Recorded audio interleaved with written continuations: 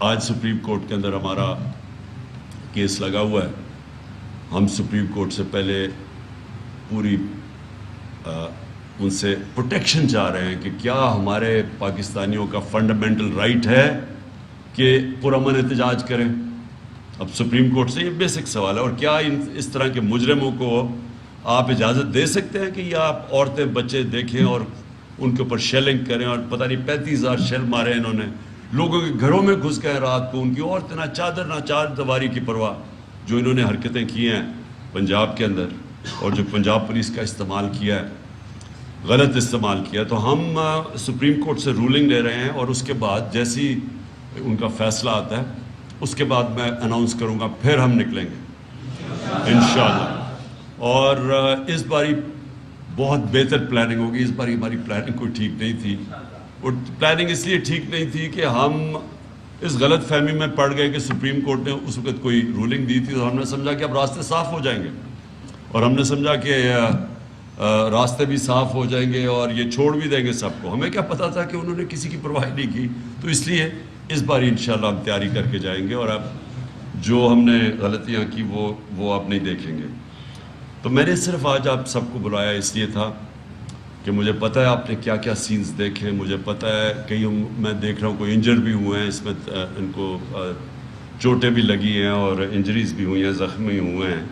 تو میں نے آپ کو بس اس لیے صرف آج کہا تھا کہ آپ یہاں آئیں اور میں اپنے ملک کی طرف سے, اپنی قوم کی طرف سے آپ کو اکنالج کرنا چاہتا ہوں, آپ کو خراج تحسین پیش کرنا چاہتا ہوں. بیٹھ جائیں آرام سے.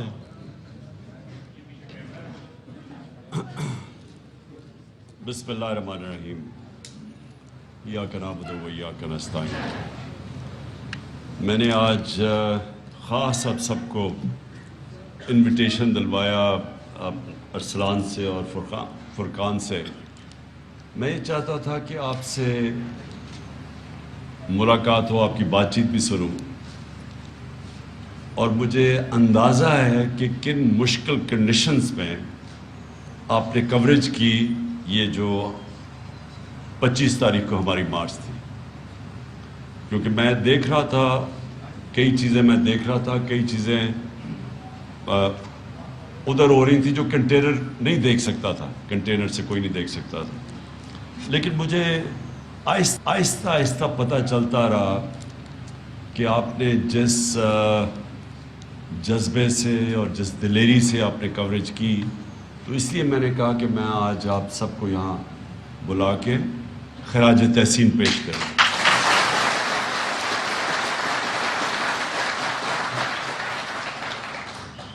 اچھا, اب آپ نے ایک چیز سمجھنی کہ یہ جو دور ہے نا پاکستان جس سے گزر رہا ہے,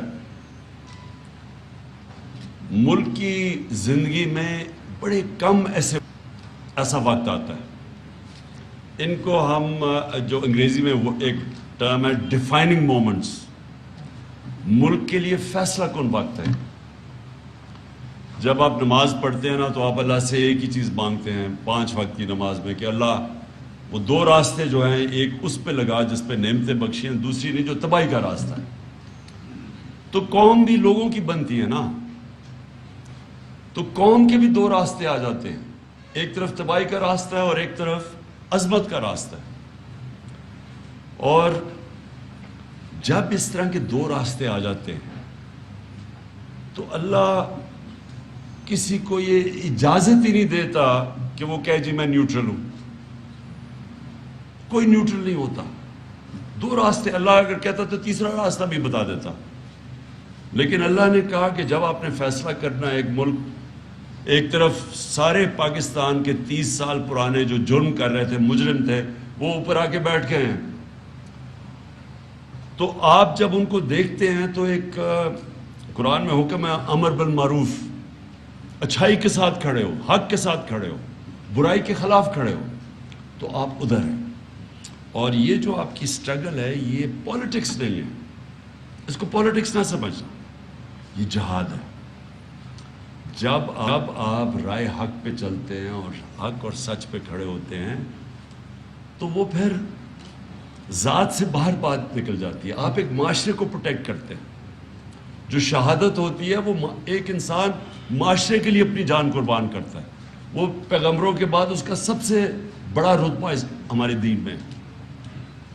تو آپ جو اس سٹرگل کے اندر ابھی شامل ہیں، اور یہ جو آپ نے سینز دیکھے، کیونکہ آپ نے تو کئیوں نے بڑے قریب سے دیکھا جس ظلم سے اور بابریت سے شیلنگ کی گئی اپنے لوگوں پہ، یہ ہم جنرل ڈائر تو جو ایک غلام قوم کے اوپر وہ گولیاں چلا سکتا تھا یا ظلم کر سکتا تھا، لیکن اپنی لا انفورسمنٹ ایجنسیز اپنے لوگوں پہ ایسے ظلم نہیں کرتی، یہ صرف کرمنلز کرتے ہیں۔ اور یہ جو آپ نے دیکھا یہ کرمنلز کا کام تھا، مجرم یہ سارے وہ لوگ ہیں جن سب کو بہت پہلے جیلوں میں جانا چاہیے تھا۔ یہ رانا ثناء اللہ اور یہ جو شہباز شریف ہیں، جب انہوں نے دن دہاڑے ماڈل ٹاؤن میں 14 لوگوں کو قتل کیا تھا اور 80 لوگوں کو گولیاں لگی تھی، ان کو تب جیلوں میں جانا چاہیے تھا۔ لیکن مسئلہ ہمارا ملک کا جو سب سے بڑا مسئلہ جو میں نے پولیٹکس شروع کی تھی آج سے 26 سال پہلے، انصاف کی تحریک، انصاف نہیں ہے۔ یہ انصاف آپ کو جہاد کر کے لینا پڑتا ہے، جدوجہد کر کے لینا پڑتا ہے۔ اور انصاف کا مطلب کیا ہے؟ انصاف تو کمزور کو چاہیے ہوتا ہے، طاقتور کو انصاف وہ اپنے آپ کو قانون کے اوپر رکھتا ہے۔ امریکہ جو انٹرنیشنل کرمنل کورٹ ہے اس کے نیچے اپنے آپ کو نہیں لانا چاہتا، لیکن سارے کمزور ملک اپنے آپ کو لانا چاہتے ہیں پروٹیکشن کے لیے۔ عدالتیں کمزور کو طاقتور سے پروٹیکٹ کرنے کے لیے بنتی ہیں۔ یہ پلیز آپ نے بڑی امپورٹنٹ چیز سمجھنی ہے۔ اس لیے ہمارے دین میں اللہ قرآن میں اتنا ایمفسائز کرتا ہے انصاف کے اوپر۔ ابن خلدون جو کہ ماڈرن ہسٹری کے باپ سمجھے جاتے ہیں، ایک بہت بڑا ایک ذہن تھا ماڈرن ہسٹری کا۔ ابن خلدون اپنی زندگی کا تھیسس لکھتا ہے، وہ ابن خلدون کہتا ہے کہ جو جتنی میری سٹڈی ہے قرآن کی اور اسلام کی، تو اللہ نے انصاف کو صرف انسان کو دنیا میں صرف ایک وجہ سے بھیجا کہ میری زمین پہ انصاف قائم کرو۔ یہ جو جب آپ ان چوروں اور لٹیروں اور قاتلوں کے خلاف جب آپ ان کے خلاف کھڑے ہوتے ہیں تو یاد رکھیں یہ پولیٹکس سے اوپر چلی جاتی ہے بات، یا پھر اللہ کی رائے حق پہ چل رہے ہیں آپ، وہ راستے پہ جو آپ نماز میں مانگتے ہیں آپ اس راستے پہ چل رہے ہیں۔ اور یہ اس وقت قوم کے لیے